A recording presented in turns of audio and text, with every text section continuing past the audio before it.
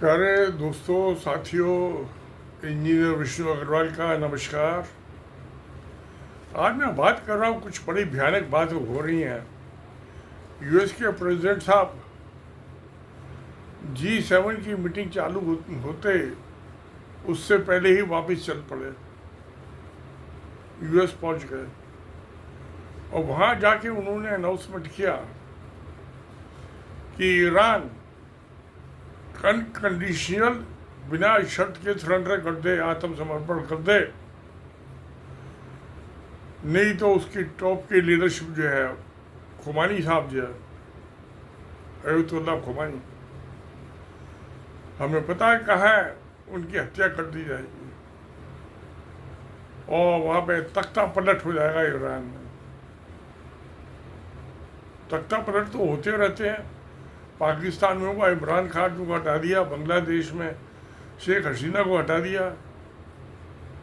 वो पीसफुल थे, किसी की हत्या करने की जरूरत नहीं पड़ी। यह ईरान में हत्या करने की बात की जा रही है।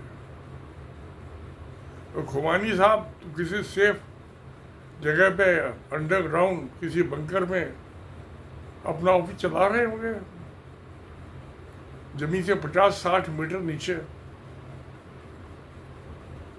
बस जासूस तो सब जगह होते, उनको पता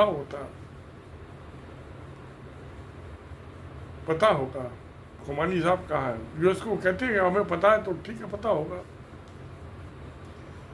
मगर हमारे मोदी जी ने ट्रंप के आने के बाद कहा कि भैया आम राय से फैसले होने चाहिए, लड़ाई नहीं होनी चाहिए। तो वो जो कह रहे हैं G7 में मोदी जी कि लड़ाई नहीं होनी चाहिए, आम बातचीत से होने चाहिए फैसले, वो खुद तो पाकिस्तान में हमला कर रहे हैं मिसाइलों से, फाइटर प्लेन से। 2016 में उड़ी में, तो बालाकोट में 2019 में और 2025 में तो 8-10 जगह पर अटैक किया। तो जो उपदेश दूसरों को दे रहे हैं, खुद तो पहले उस पर अमल करें। नहीं तो कहना कुछ और करना कुछ। ये तो आरएसएस का ये प्रचारक है, यह हमेशा डबल टॉक होती है। ये भारत का प्रधानमंत्री कम है, आरएसएस का प्रचारक ज़्यादा है। सारी जिंदगी तो आरएसएस को दे दी, वहीं से ट्रेनिंग मिली झूठ फरेब की, आतंकवाद की। अब ये पहलगाम का जो ये बात उठा रहे हैं कि शंघाई कोऑपरेशन ऑर्गेनाइजेशन में जो है SCO में, इसको पहलगाम के मामले को भी एजेंडा में रखा जाए। बस सवाल ही एजेंडा में तो कुछ भी रख लो। पाकिस्तान का कहना है कि जो जफर एक्सप्रेस थी बलूचिस्तान में, उसको हाईजैक किया गया, उसको भी शामिल किया जाए। क्योंकि जैसे पाकिस्तान पे इल्ज़ाम लगाते हैं आरएसएस के प्रचारक प्रधानमंत्री मोदी, ऐसी पाकिस्तान की जो लीडरशिप है वो जाफर शरीफ में बलूचिस्तान में कहते हैं कि इंडिया जो आतंकवादी हरकतें करवा रहा है और शामिल है उसमें। मैं तो दोनों को ही मानता हूँ शामिल है, और वो तो पाकिस्तान में शामिल है ना इंडिया, उससे मुझे तकलीफ नहीं है। जो इंडिया में आतंकवाद में शामिल है इंडिया, मेरा जो है, मैं 90% श्योर हूँ, 99% श्योर हूँ कि चाहे तो पहलगाम में था, चाहे बालाकोट में था, ये सब गवर्नमेंट स्पॉन्सर्ड थे, ये करते रहते हैं। मैंने कई वीडियो में पहले भी बताए हुए हैं कि आरएसएस और अब तो जो है ये ग्लोबल हब बन गया टेररिज्म का। भारत, पन्नू की हत्या का अटेम्प्ट यूएस के सिटीजन का, कनाडा में निज्जर की हत्या, न्यूजीलैंड ऑस्ट्रेलिया में वहाँ दंगे फसाद सिखों के खिलाफ, इंग्लैंड में मुसलमानों के खिलाफ सिखों के खिलाफ दंगे फसाद। वहाँ की एक गवर्नमेंट की रिपोर्ट दे दी है, जो इंटेलिजेंस है चीफ पुलिस चीफ की यूके की और होम डिपार्टमेंट की यूके की, वो इंडिया को इल्ज़ाम लगा रहे हैं हिंदू टेररिज्म यूके में। तो ये तो जब खुद हब बन गया, तो अगर जो जाफर एक्सप्रेस में करवाया है तो मेरे लिए कोई अचंभा नहीं होगा। पाकिस्तान तो 10 साल से पिछले आतंकवाद के खिलाफ लड़ रहा है। और हिंदुस्तान जो है इंडिया के साथ साथ ग्लोबल हब बन गया है। क्या मक्का मस्जिद में वो ब्लास्ट हुआ था 17 साल पहले, 17, चाहे ये अजमेर में दरगाह पे हुआ था, सब में आरएसएस के आदमियों का नाम था। तो इसलिए आतंकवाद के मामले में तो बात ना की जाए तो ज़्यादा अच्छा। शंघाई कोऑपरेशन ऑर्गेनाइजेशन में और कोऑपरेशन की बात की जाए, वहाँ तो इंडिया भी मेंबर है एससीओ का, पाकिस्तान भी मेंबर है, दोनों ही मेंबर है। इंडिया तो फाउंडर मेंबर है, पाकिस्तान को बाद में शामिल किया गया। तो इस तू मैमे की कंपटीशन को छोड़ दिया तो ज़्यादा अच्छा है। अब ईरान पे ले लें, जो मुनीर साहब हैं पाकिस्तान के फील्ड मार्शल जनरल मुनीर, उनको ट्रम्प साहब ने व्हाइट हाउस में बातचीत चल रही है, शब लंच पे बुलाया है या ब्रेकफास्ट पे बुलाया, आज बातचीत चल रही है। क्योंकि कल उन्होंने धमकी दी थी कि ये सत्ता तख्ता पलट देंगे। हो सकता है तख्ता पलटे, ये तो कोई मुश्किल काम नहीं है। यूएस ने उनके इंटेलिजेंस बहुत जगहों के तख्ता पलटे, लैटिन अमेरिका में भी बहुत जगहों के तख्ता पलटे हैं। इराक में भी सादम हुसैन का तख्ता पलटा है, लीबिया में भी गद्दाफी का जो था तख्ता पलटा। ये तो तख्ते पलट तो होते रहते, कौन सी नई बात है, कोई नई बात नहीं है। तो प्यारे दोस्तों, मगर ये हमेशा वायलेंट होते हैं। पाकिस्तान में तो पीसफुल हो गया, बांग्लादेश में भी तकरीबन लगभग पीसफुल ही हो गया, मगर ईरान में तो तगड़ा मुकाबला हो रहा है। 1 करोड़ का इजराइल और 8-9 करोड़ का ईरान से। ईरान को तो लड़ने की आदत पड़ी हुई है। इराक से 10 साल लड़ाई की थी जब सादाम हुसैन थे वहाँ। तो मैं नहीं समझता कि इजराइल जो है 10 साल लड़ाई लड़ने के काबिल है। मगर जब डोनाल्ड ट्रंप साहब ने, यूएस के प्रेसिडेंट ने धमकी दी कि जो है वहाँ का एयर स्पेस ईरान का वो हमारे काबू में है, हमारे कब्जे में है, हमारी बिना परमिशन के इच्छा के कोई फ्लाइट नहीं ले सकती ईरान की एयरफोर्स। वो फ्लाइट का जमाना कहाँ है? आज तो मिसाइलें चल रही हैं, जो हाइपर मिसाइल है 5-6 times speed of sound, 12,000-13,000 kilometre की स्पीड से चलती है। तो इस स्पेस को क्या करो, खाक लो कर। फाइटर प्लेन तो चलते नहीं, बॉम्बर्स भी नहीं चलते, मिसाइल के सामने टिकते नहीं है। तो जनरल मुनीर साहब को क्यों बुलाया है? सवाल तो ये है कांटे का। क्या जैसे अफगानिस्तान के खिलाफ पाकिस्तान के एयर बेसेस यूएस ने इस्तेमाल किए, क्या वो ईरान के खिलाफ भी पाकिस्तान की एयर बेसेस इस्तेमाल करना चाहते हैं? क्योंकि ईरान और पाकिस्तान का जो बॉर्डर लगता है, बलूचिस्तान का 1/3 हिस्सा जो है, 1/3 ईरान का हिस्सा और 2/3 पाकिस्तान का है। हम आर्यस जो थे उसी रूट से आए थे, ईरान से साउथ एशिया में, इंडिया में, भारत में। तो प्यारे दोस्तों, क्या कहें, अब क्या बातचीत करके आते हैं जनरल मुनीर साहब। ऐसा इसमें कुछ लेन देन होता है सौदे में। अगर जो पाकिस्तान अलाउ करेगा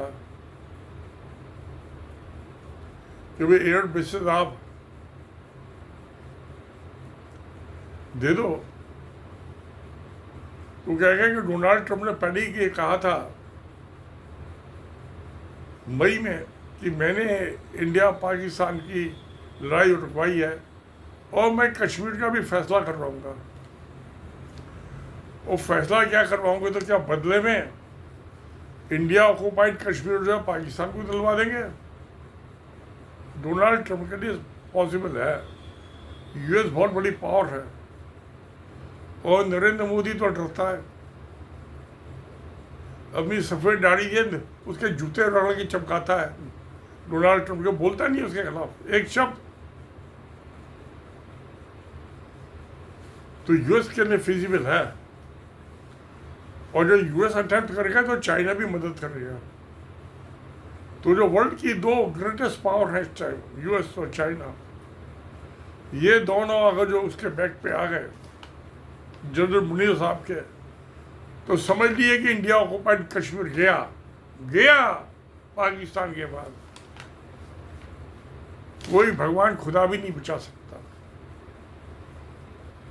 क्योंकि इंडिया की आर्मी तो डरती है यहाँ का कि भाई उसकी चाइना की इकोनॉमी 6 टाइम्स है इंडिया से, उसकी आर्मी 6 टाइम्स है, हम लड़ नहीं सकते। और उधर डोनाल्ड ट्रंप पाकिस्तान की पीठ पे, तो दोनों के ये क्लब हो गए, चाइना प्लस यूएस, दोनों के इंटरेस्ट हो गए।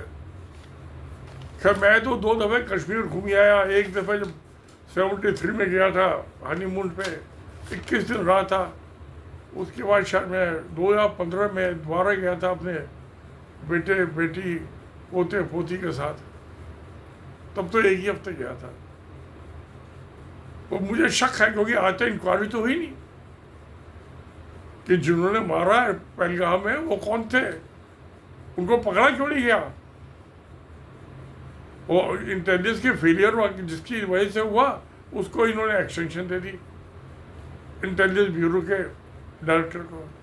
इससे लगता है सरकार की भली भगत है, ये मोदी सरकार ने करवाया। चाहे तो ये था पहलगाम में जो आरडी के लिए घूम रहे थे, सीआरपीएफ के 40-41 आदमी मारे गए, वो 3 दिन से क्यों नहीं पकड़ा उनको। इसका तो ये मोदी सरकार ने करवाया था। ये इंटरनल अंदर घरेलू मामला था, पाकिस्तान का उसको लेना देना नहीं था। झूठा इल्जाम है। ये आरएसएस के प्रचारक तो हमेशा झूठ बोलते रहते हैं, डबल टॉक करते हैं, करते कुछ है कहते कुछ है। इसलिए मैं तो विश्वास नहीं करता, और जो समझदार आदमी है वो भी आरएसएस के प्रचारकों का विश्वास नहीं करता है। अरे भाई दीनदयाल उपाध्याय का मर्डर करा दिया, डॉक्टर शाहबुल शाह मुखर्जी का करा दिया, कितने प्रचारकों का मर्डर कराया। मोदी ने तो हिरेन का भी मर्डर करा दिया, जो होम मिनिस्टर था गुजरात में बीजेपी की सरकार में, चीफ मिनिस्टर बनने के। ये जो दंगे कराए 2002 में गोधरा, अभी जो 9 पुलिस वाले थे साबरमती ट्रेन के साथ उसकी सिक्योरिटी के लिए, वो पहले ही कैसे ड्यूटी से चले गए गुजरात पुलिस के आदमी। और फिर जब नानावटी कमीशन ने कहा तब उनको टर्मिनेट किया, डिसमिस नहीं किया। तो इससे लगता है कि ये भी सरकार का कराया हुआ काम था। गुजरात गवर्नमेंट का 100% इसमें आता है। वो गोधरा खाने में भी, वो ट्रेन जलाने का एक बॉगी, और दंगे कराने में भी। माया कोटनानी डॉक्टर वो भी गिरफ्तार हुई थी, जो मोदी सरकार में मिनिस्टर थी। तो ये सब बातों से लगता है कि ये सब इंटरनल मामला था अपना घरेलू। ऐसे ही जैसे गुजरा का था, ऐसी जो है ये पहलगांव का है, बगलाकोट का है, उड़ी का है, ये सब ऐसे ही है। झूठा बदनाम कर रहे हैं पाकिस्तान को। पाकिस्तान तो 10 साल से आतंकवाद के खिलाफ लड़ रहा है। 1 लाख से ज़्यादा उसके पुलिस के आर्मी के आदमी मर चुके हैं। इसलिए मोदी की बात को कोई नहीं मानता, एससीओ में भी नहीं माना जाएगा, पाकिस्तान की बात मानी जाएगी। क्योंकि चाइना ने बहुत बड़ा इन्वेस्टमेंट किया हुआ है बलूचिस्तान में, water port, airport, shipping port, तो उसको वहाँ की सब हालात पता है, चप्पे चप्पे से वाकिफ है, बंदे बंदे से वाकिफ है। इसलिए चाइना तो मानेगा नहीं, मैं भी नहीं मानता। बहुत बड़ी जमीन का इलाका है, आबादी बहुत थोड़ी सी है, मंडल्स बहुत है बलूचिस्तान में, और 1/3 बलूचिस्तान ईरान का और 2/3 पाकिस्तान का। हिंदू शब्द ही वही पैदा हुआ है, दो तक वो 2200-2300 साल पहले। तो मैं तो बात मानता नहीं। तो G7 की बात हो गई, ये SCO में जो तू मैं करने के चक्कर में है मोदी, उसमें कामयाबी नहीं मिल रही।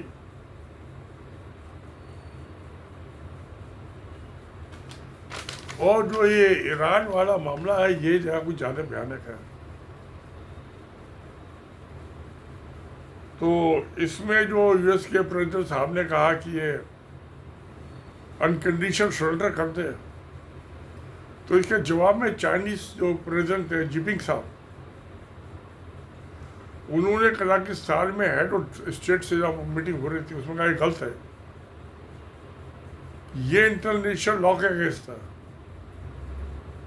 ईरान पे जो कुछ हो रहा है ये गलत हो रहा है।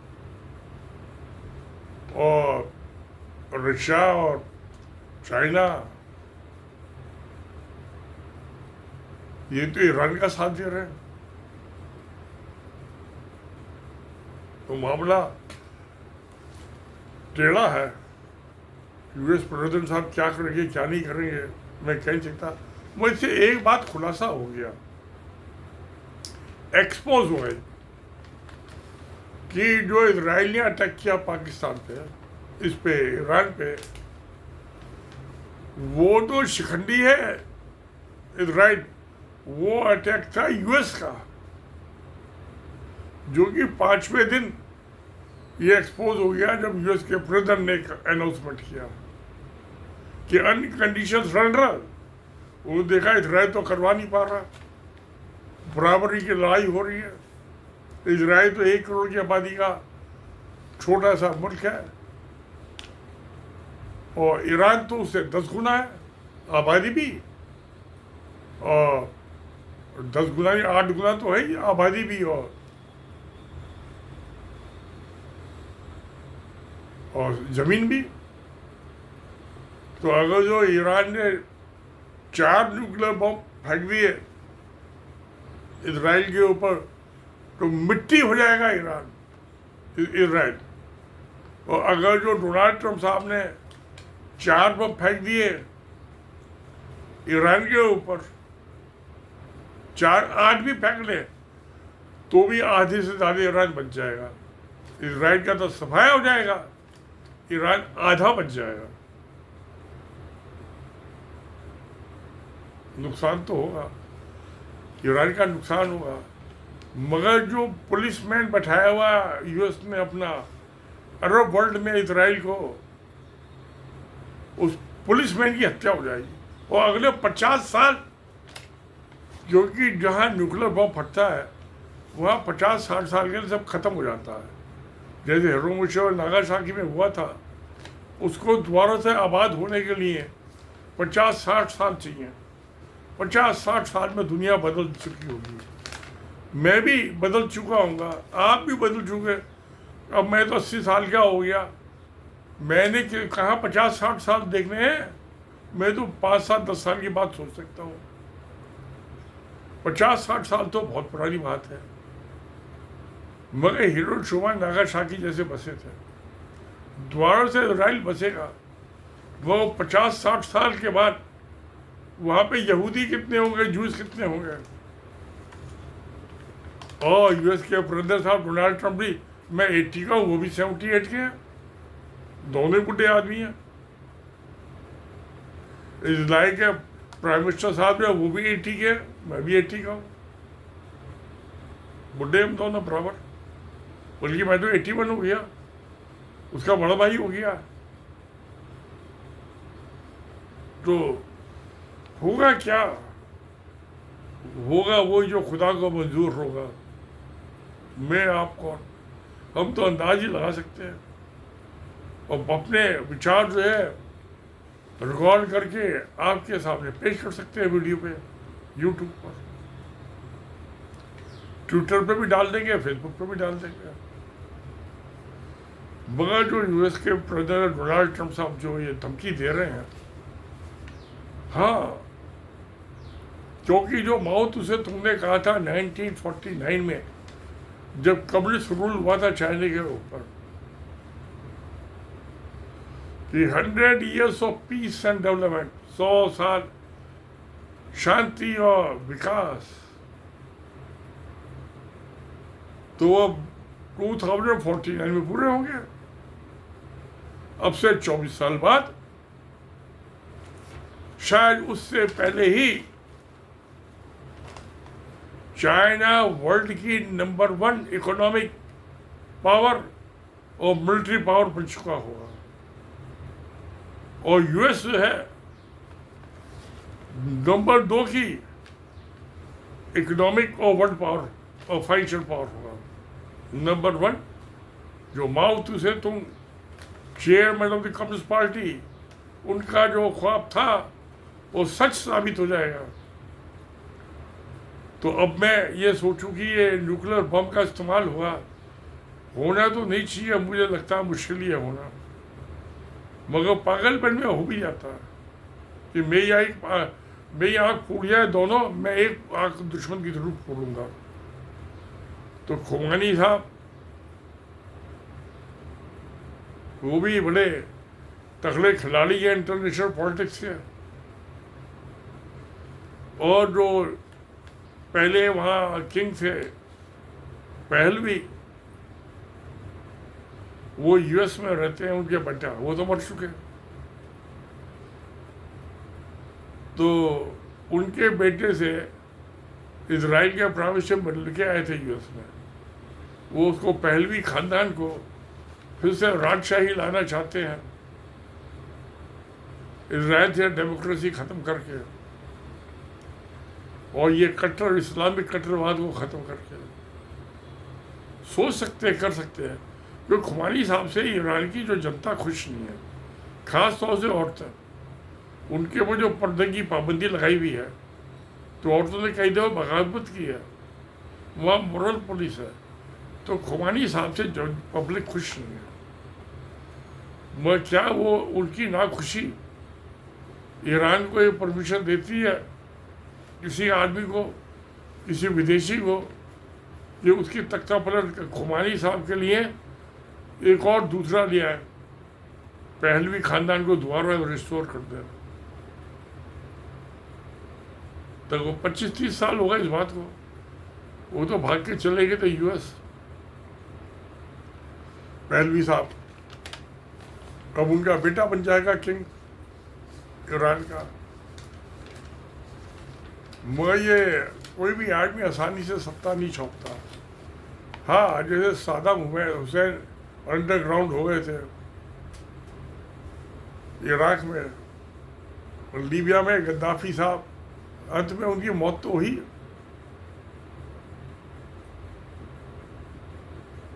तो देखते क्या होता है।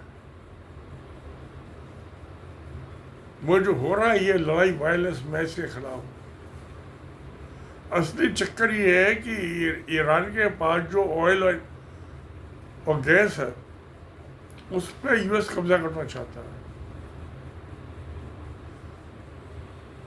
क्योंकि वही तो आज की एनर्जी, वही तो ताकत है। तिब्बत में ऑयल और गैस नहीं है, इसलिए दलाई लामा जो है, 14वें दलाई लामा, इंडिया में धर्मशाला में पनाह पाए हुए हैं। तिब्बत पर चीन ने, यूएस ने कोई एक्शन नहीं लिया, नाटो ने कोई एक्शन नहीं लिया। अगर जो ऑयल और गैस होती तिब्बत में तो सारे छलांग मार के पहुंच जाते वहाँ उस ऑयल फील्डों पे और गैस फील्डों पे कब्जा करने के लिए। इसलिए तिब्बत में तिब्बती भुगत रहे हैं, कोई सुनवाई नहीं है उनकी। दलाई लामा अपनी बुढ़ापा जो इंडिया में बिता रहे हैं, वो भी तकरीबन 90 ईयर्स के हो गए हैं। तो उसकी कोई मदद नहीं करता। जिससे कुछ भूखे कंगाल की कौन मदद करे? मदद तो उसे कर रहे ना जहाँ पे माल पत्ता हो, ऑयल हो, गैस हो, मिनरल्स हो, रेयर मिनरल्स, रेयर अर्थ, तो अभी तो फिलहाल तो ईरान अपने दमखम पे मुकाबला कर रहा है। इजराइल की पावर कुछ नहीं है, वो यूएस की पावर है। अब जब उन्होंने देखा कि इजराइल तो काबू नहीं आ रहा, टक्कर दे रहा है बराबर की, तो कहीं इजराइल को ख़त्म होने से पहले इसको बचाने के लिए यूएस खुद कूदने के लिए तैयार है।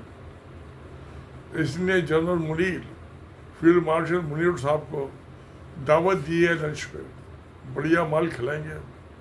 वो कुछ है, कुछ पाने के लिए माल तो खिलाना पड़ता है ना, चमचागिरी करनी पड़ती है ना। वो क्या करके आते हैं देखते हैं। हो सकता है उनको इंडिया ऑक्युपाइड कश्मीर देने का भरोसा दिलवा दें। जो मैंने फैसला किया था, अनाउंस किया था कि मैं फैसला कराऊंगा कश्मीर का, तो करा दें। अब मैं तो 2 दफ़ा ही हो गया, तीसरी दफ़ा इंडिया ऑक्युपाइड कश्मीर में जाने की इच्छा नहीं। हाँ, पाकिस्तान ऑक्युपाइड कश्मीर में बड़ा अच्छा है। एक दफ़ा ये है कि अब वहाँ एक दफ़ा हुआ हूँ, घूम गया हूँ। अगर जो वो मिलके, मगर पाकिस्तान वाले मुझे वीज़ा देंगे नहीं देंगे पता नहीं, पासपोर्ट रहता है मेरे पास। 1 हफ्ते के लिए मुझे घूम नहीं दिया। इच्छा तो मेरी ये है कि एक दफ़ा वहाँ घूम गया हूँ। कि अभी तो मैं सोच रहा हूँ अगस्त सितंबर में भूटान घूम के आऊँ, 1 हफ्ता 10 दिन। तो चलिए देखते हैं प्यारे दोस्तों क्या होता है। मतलब ये जो यूएस की जो दादागिरी हेगोमोनी ये ख़त्म हो रही है। जो 80 साल से उसकी दादागिरी चल रही थी यूएस की, उसका वर्ल्ड बैंक पे कंट्रोल, इंटरनेशनल मॉनिटरी फंड पे उसका कंट्रोल, एशियन डेवलपमेंट में जापान के थ्रू उस पर इसका कंट्रोल, यूएनओ पे यूएस का कंट्रोल। और ये यूएनओ की तो पार्ट है ना, इंटरनेशनल मॉनिटरी फंड है, ये वर्ल्ड बैंक है, इधर एशियन डेवलपमेंट। तो यूएस की जो डोमिनेंस है 80 साल बाद, मुझे लग रहा है कि उसका फातिमा पढ़ना पड़ेगा, ख़त्म होने वाली है।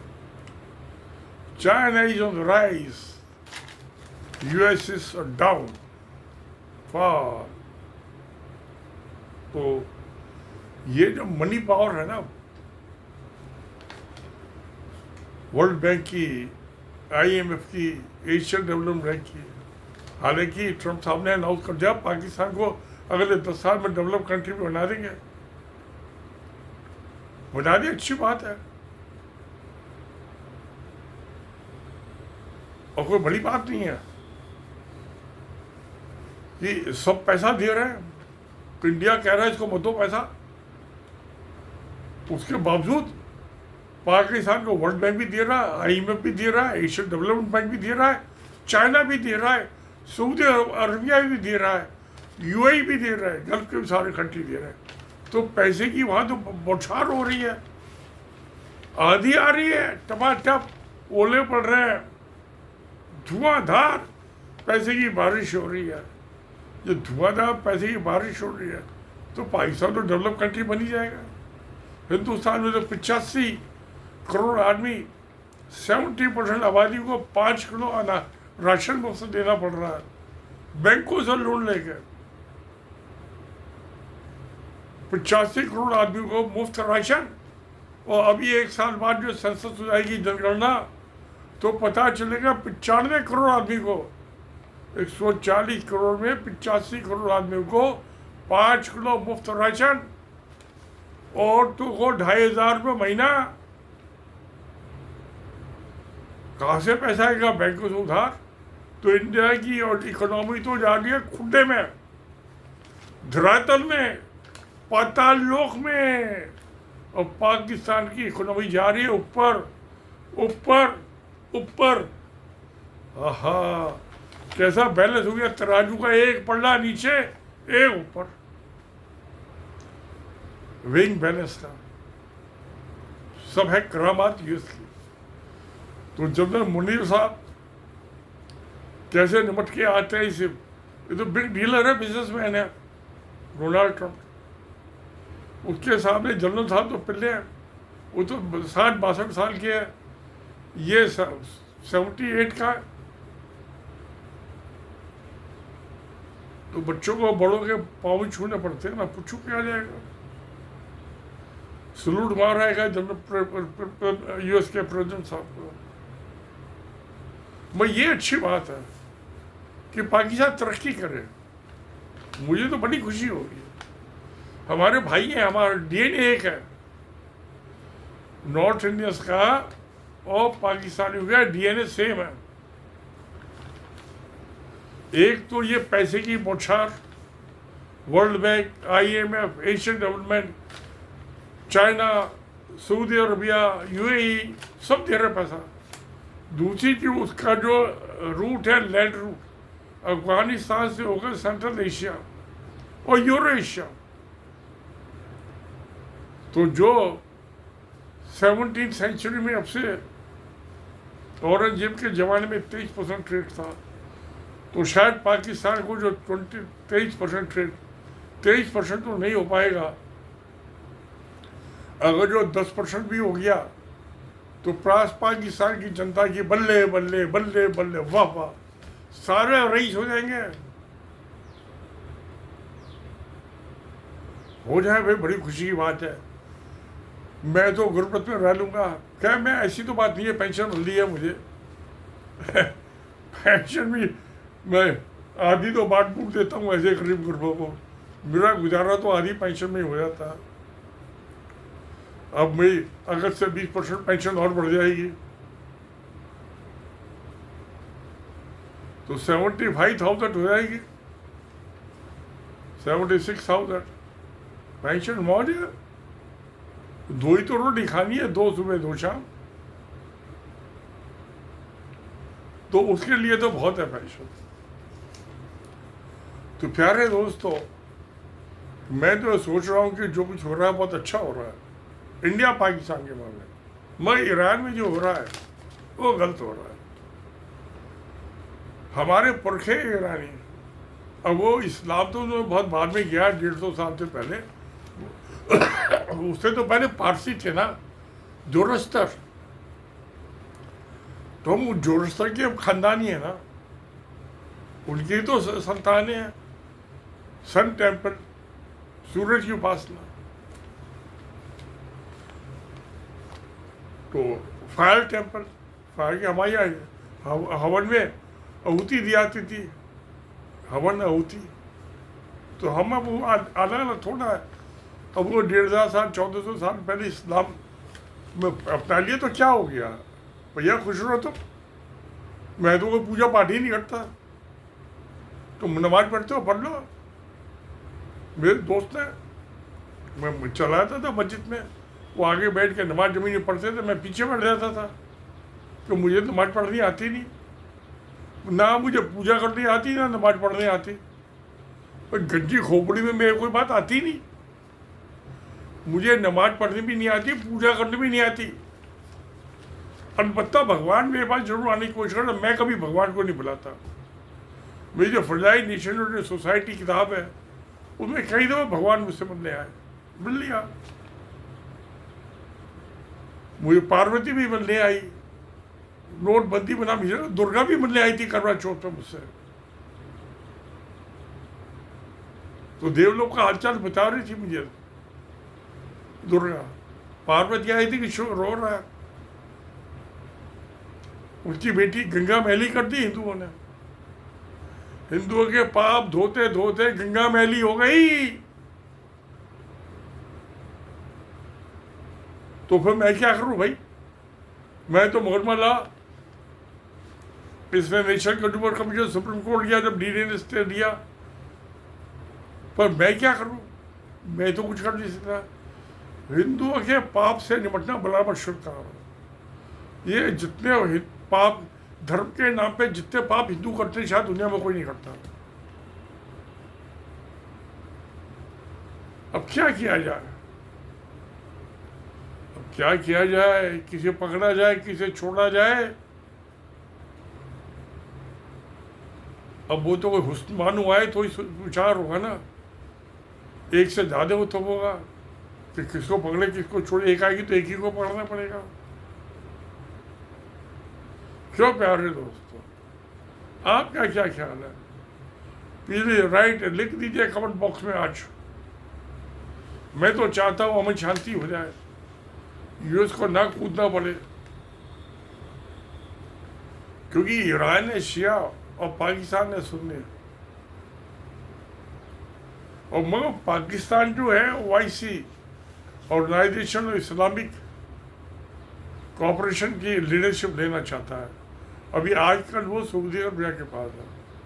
पाकिस्तान की आबादी सऊदी अरबिया से ज़्यादा 25 करोड़ की है, और न्यूक्लियर बॉम्ब तो 57 कंट्री में से आखिर पाकिस्तान के पास ही है। तो अगर जो पाकिस्तान को OIC की लीडरशिप मिल जाए, सदारत मिल जाए, पगड़ी बांधी जाए इनके सर पे, तुरने वाली, फुग्गे वाली,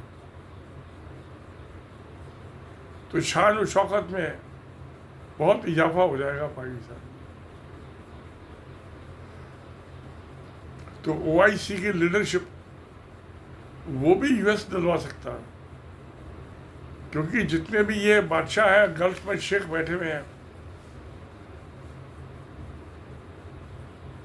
सारी जनता इनसे नाराज है। जैसे खुमानी से ईरान की जनता नाराज है, सारे इन शेखों से भी नाराज है। वो करे क्या? वहाँ ये क्रूड ऑयल और जो ये गैस, इसके बेचने से जो पेट्रोल डॉलर आते हैं, तो उससे जनता को कि भैया तुम पैसा दो, मौज करो, मस्ती करो। तो पैसे से उनकी वफादारी खरीदी भी है इन सारे शेखों ने।